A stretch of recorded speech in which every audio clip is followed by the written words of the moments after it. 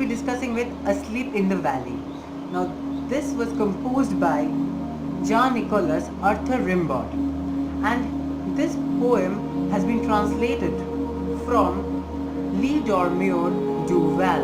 Okay, and before just I explain you this particular poem word by word, line by line, I want to give you some information about the poet itself. Okay, now we should know about poet something to understand this poem properly.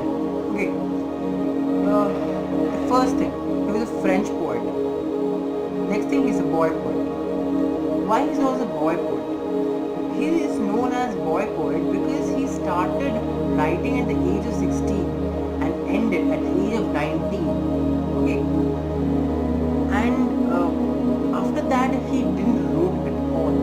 But there is also confusion of the confusion about the date on which this particular poem Asleep in the Valley was created. Actually, no, we are confused with the year. Okay, because some groups say that this poem was written in 1870 and some say it was written in 1877. Now, as a student, what we can do, we have to mention both the years. Okay, and we also should know that why some group of people say this and other group of people say that. This is because since he was a boy poet, some people believe that the poem was written in 1870. But since the poem Asleep in the Valley is about war, and after reading and after understanding the poem, you will be able to realize that the information, or rather the concept he wanted to share with the readers, was about the futility of war, the monstrous destruction which is inevitable as a result of war. Okay, so that particular concept he wanted to share, and this is possible when he himself have experienced something like that. And it is history that Arthur Rimbaud had first-hand acquaintance with war. Okay, and the war in which he was, he participated in the war. It was Franco-Russian War. Franco-Russian War, what is that? This is the war that was fought between Russia and France. And I said he was from France. He was a French poet. He was in that war. He was a soldier of Dutch colonial army. Okay.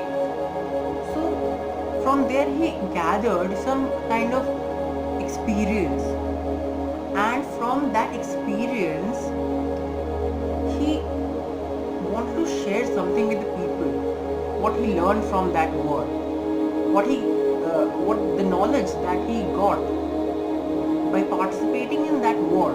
He wanted to share the message with us, and that message was the basic intention of the poet, okay, to write this particular poem. So some people believe that this particular poem was written after a year when this war took place, and this war took place in 1876. So some people say that the poem has been written in 1877. Okay, but now another important thing that I wanted to share, that this particular poem means it's not Asleep in the Valley, the original one, that is Lee Dormeur Duval, is a creation that is taken from a collection of poem, and the book of the collection of poem from where this particular poem has been extracted, that is Poesis. Poesis is the name of that particular book. Okay, now in this part one, I will be explaining you this poem word by word, line by line, and in the part 2 video you will be able to see the compact revision sort of thing, a compact arrangement of whatever I'm going to say you in this particular video. Okay, so let's get started with the poem. Rimbaud was one of the first poet who used free verse. Okay, and in this particular poem, is a perfect example of a lyric. Okay, and another thing that he chose the Italian sonnet model to write. An Italian sonnet, by that I mean the Petrarchan sonnet. This particular poem is divided into two divisions. The first division is formed of two stanzas. The first two stanzas are formed of 4 lines each, and the next two stanzas are formed of 3 lines each, where a slow stream flows. Okay, so poet is describing, or rather starting the poem with the description of a scenery. So there is scenic beauty, and it is showing an abundance of nature. Okay, a splendor of nature, a small green valley. So there is a small green valley where a slow stream flows. A stream is flowing slowly, and this is an environment which is very much soothing. And another very important thing, that in real one, the original one, it was described in such a way that there is green valley, and in that green background, stream that is flowing, that is like the sound produced by the stream makes an atmosphere like the stream is singing in the background of green, and leaves long strands of silver on bright grass. From the mountain top stream, the sun's rays, they fill the hollow full of light. Now what does this mean? That it means that light, the sun rays, are coming through the grasses, which appearing like silver strands. And the next line, from the mountain top streams, the sun's rays, they fill the hollow full of light. This has a thing which you have to understand. It means that you have to imagine basically. See, this is a valley, and around this, like this, surrounding the particular valley, there are mountains. And this particular thing, you imagine it's looking like a hollow, isn't it? This is the valley, this is the mountain, this is the mountain here, surrounded. The valley is surrounded by the mountain. So it is appearing like a bowl. Can you imagine this? So it is appearing like a bowl, so which is hollow. And when sun rises from here, so imagine this to be the sun. The sun rises like this. The rays of sun fall and fill this imaginary bowl with light. So light is getting filled in this particular imaginary bowl, isn't it so? So you have to imagine this particular thing. You have to feel this particular scenario. Okay. So the sun rays are filling this particular hollow. The next thing is that a soldier, very young, lies open-mouthed, a pillow made of fern beneath his head, asleep, stretched in the heavy undergrowth, pale in his warm, green sun-soaked bed. Okay, a soldier, very young. So here there is the poet is talking about a soldier who is very young, and he is lying open-mouthed. And this particular thing implies that the readers feel that the soldier is sleeping. And what is the description he gives? That a soldier very young lies open-mouthed, a pillow made of fern. So nature is providing pillow which is made of ferns, which is beneath his head, asleep, stretched the heavy undergrowth. What does this mean? Now undergrowth means nature is providing that soldier a bed of bushes, a bed of soft grasses, which is acting, or yes, which is acting the role of a mattress. Okay, which is like a mattress. Like nature is providing a mattress of bushes, soft grasses. Okay, then pale in his warm green sun-soaked bed. So the soldier appears pale. Okay, and warm green sun-soaked bed. Now these few description I will give you in the second time expression, means second time description. Why? After I give you the shock, then I'll be explaining these particular things. Okay, keep him warm, he may catch cold. So it's like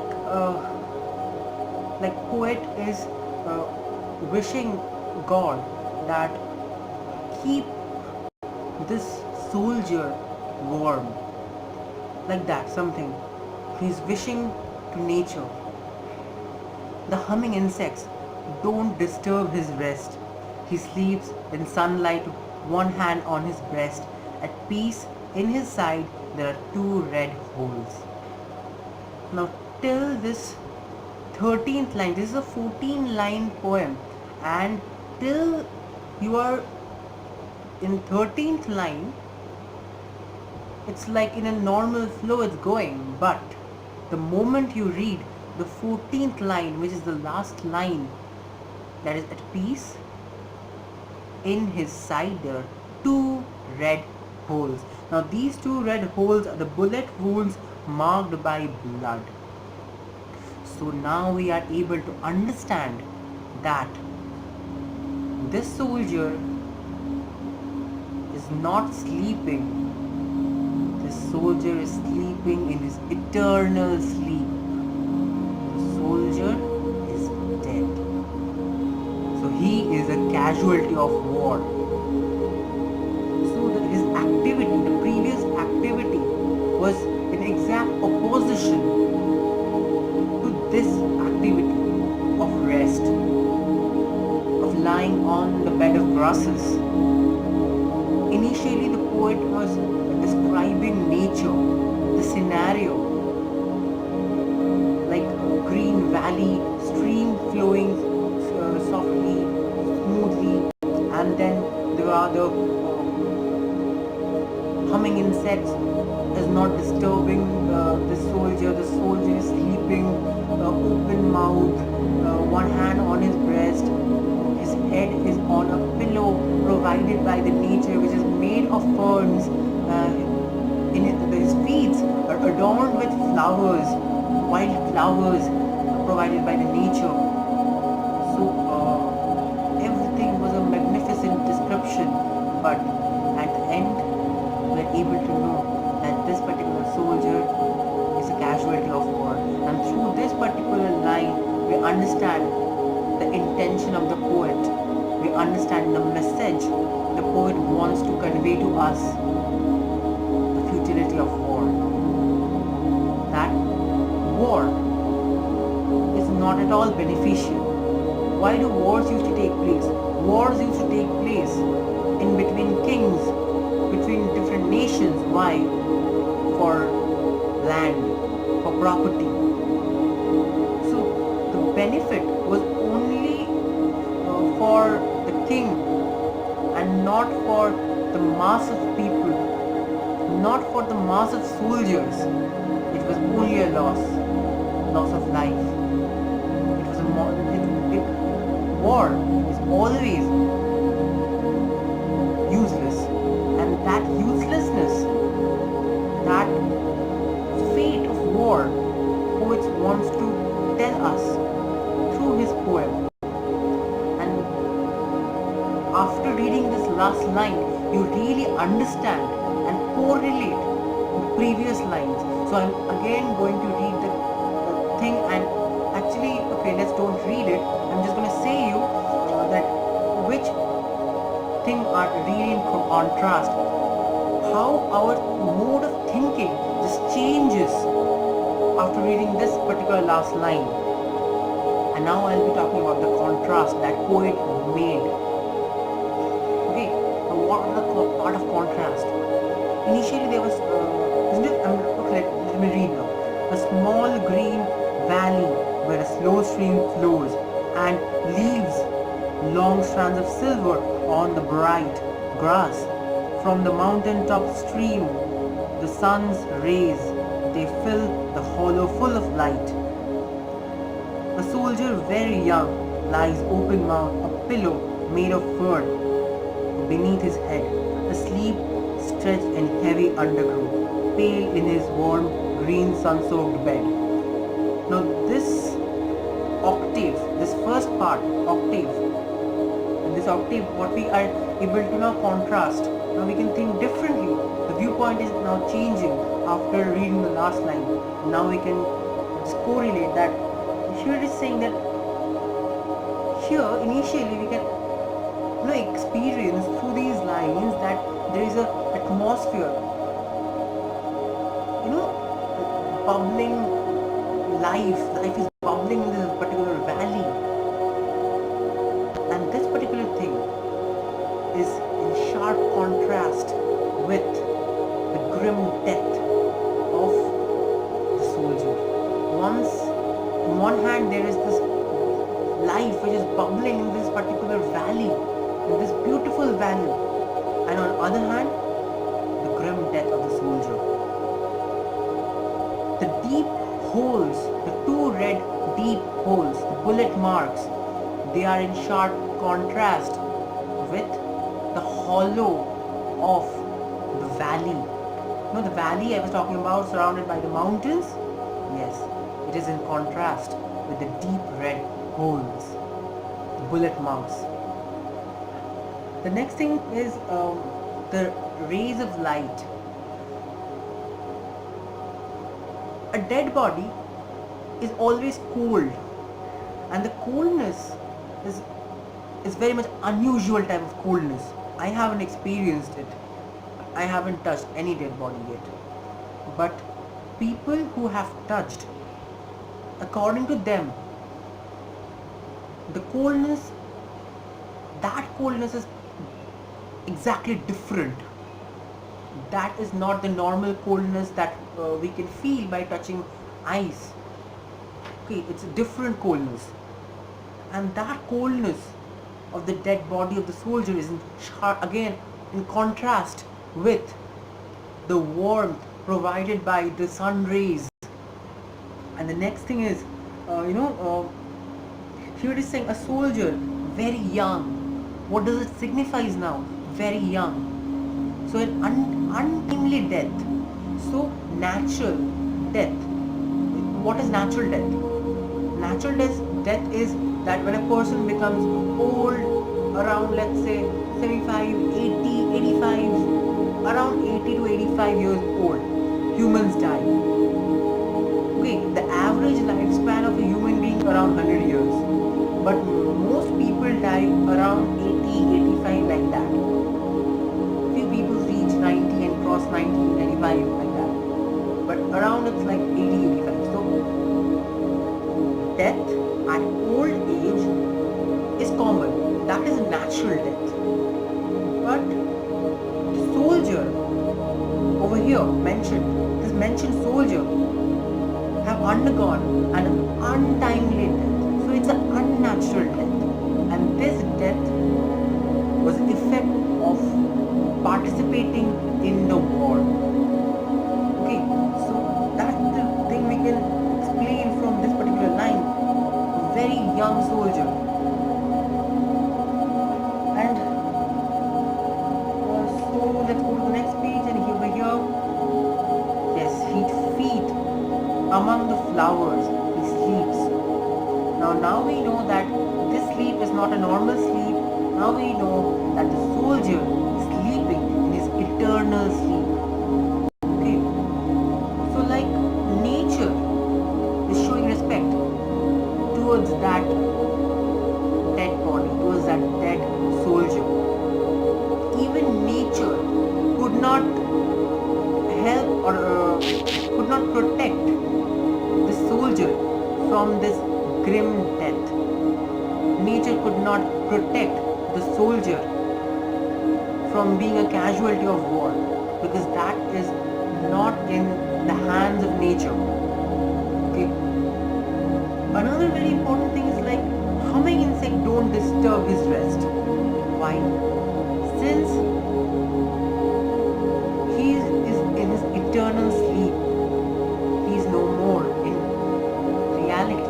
That's why even if humming insects are there around that body, around the dead body of the soldier, still they are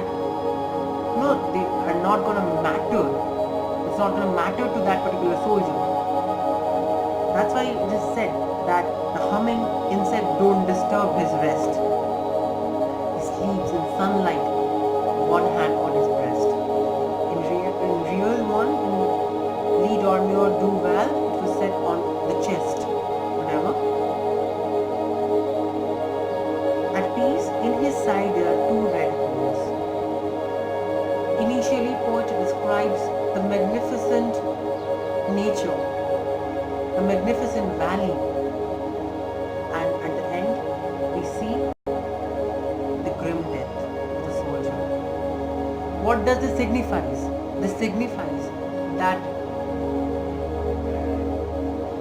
war is always harmful to man. It is an experience of poet that he shared through this particular poem, and that is the thing I was talking about in the initial part of this video, that he had first hand acquaintance with war because he participated in Franco-Russian war. Okay, so while writing the answers of the question, we always need to remember a few points, and those particular points will be in a I'll be sharing in a compact format in the next part, in the part 2 session. And if you have liked this particular video, then please like it. Don't forget to share with your friends and family and whatever, and whoever you can and whoever needs this, because in internet when I searched, I didn't found any proper description to this particular poem, and I thought I should share this particular thing. And please do comment. I don't get any comment. Okay, so please do comment and subscribe